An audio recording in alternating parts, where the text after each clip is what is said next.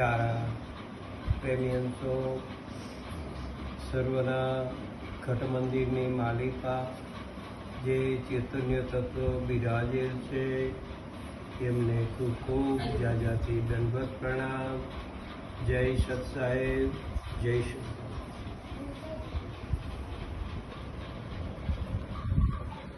सदगुरु हम पर निवाजिए, दीजिए अमर बोल। शीतल साया ज्या शब्द तणी, हंसा करे किलोल। कारण के महापुरुषो પોકાર કરી રહ્યા છે કે શબ્દની શીતળ છાયા છે।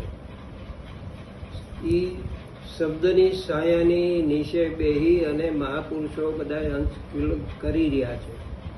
કિંમત જે છે એ શબ્દની છે। પછી એ શબ્દ કયો, વચન કયો, બોલ કયો, જે કઈ આની માલિકા પછી પર્યાય શબ્દો છે। પણ આ બધી જે રચના થઈ રહી છે, વહીવટ થઈ રહ્યો છે, એ શેનાથી થઈ રહ્યો છે? શબ્દથી।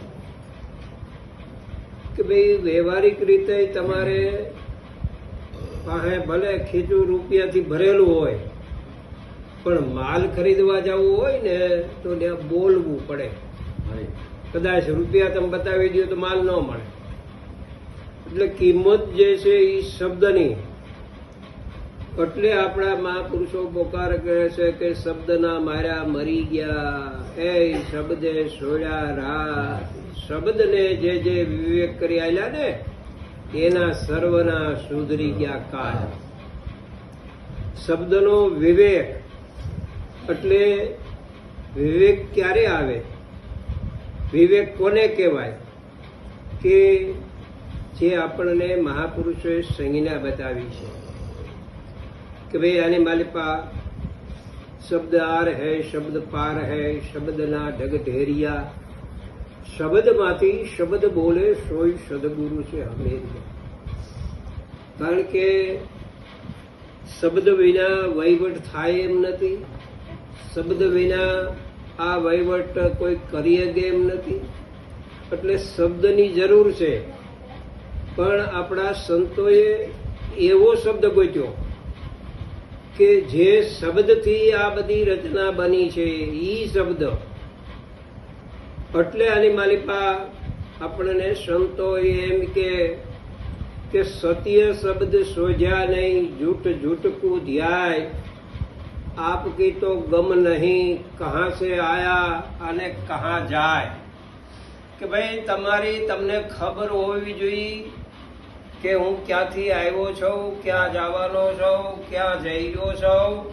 હવે આ ખબર કઈ પડે કે આપણને કોઈ મહાપુરુષ પ્રગટ મળે ને ત્યારે ખબર પડે। શબ્દ બધાયની માલિપા પડેલો છે, પણ કેવી રીતે પડ્યો? શબ્દ જેમ તમારા સુલાનો દેવતા જે ભારેલો હોય ને,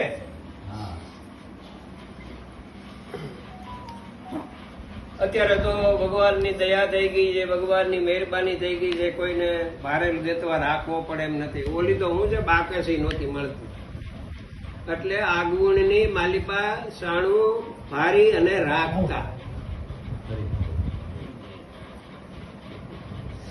જેથી કરીને આપણે પ્રગટ જયારે કરવો હોય ને તો ઈ દેતવાને પાછી માથે થોડીક યુક્તિ રચે કે ભાઈ કાગળ મેલો, કોઈ લીરો મેલો, કોઈ થોડુંક કેરોસીન વાળું આપણે એમ કે સાણું રાખી અને ફૂંક મારો ને એટલે પ્રગટ થાય। કાર્ય કરવું હોય તો પ્રગટની જરૂર છે। ભારેલો અગ્નિ છે એટલે ખાલી ન્યા તમને હાથ દેવો એટલે તપારો લાગશે, પણ તમારું જે કાર્ય કરવું હોય, રસોઈ બનાવવી હોય તો ઈ ભારેલા અગ્નિથી થાય નહીં। એને માટે પ્રગટ જોઈએ।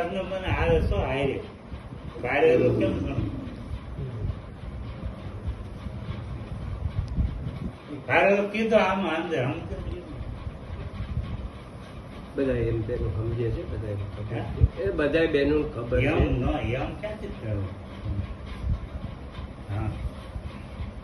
એટલે જ્યાં સુધી જીવનમાં કોઈ પ્રગટ મહાપુરુષ આપણને મળે નહીં, હા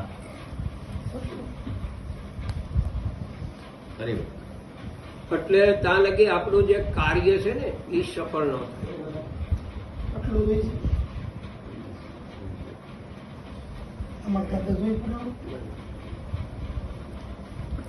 એટલે કાર્ય જો સફળ કરવું હોય તો કોઈ પણ પ્રગટ સાધન હશે ને તો કાર્ય થાય.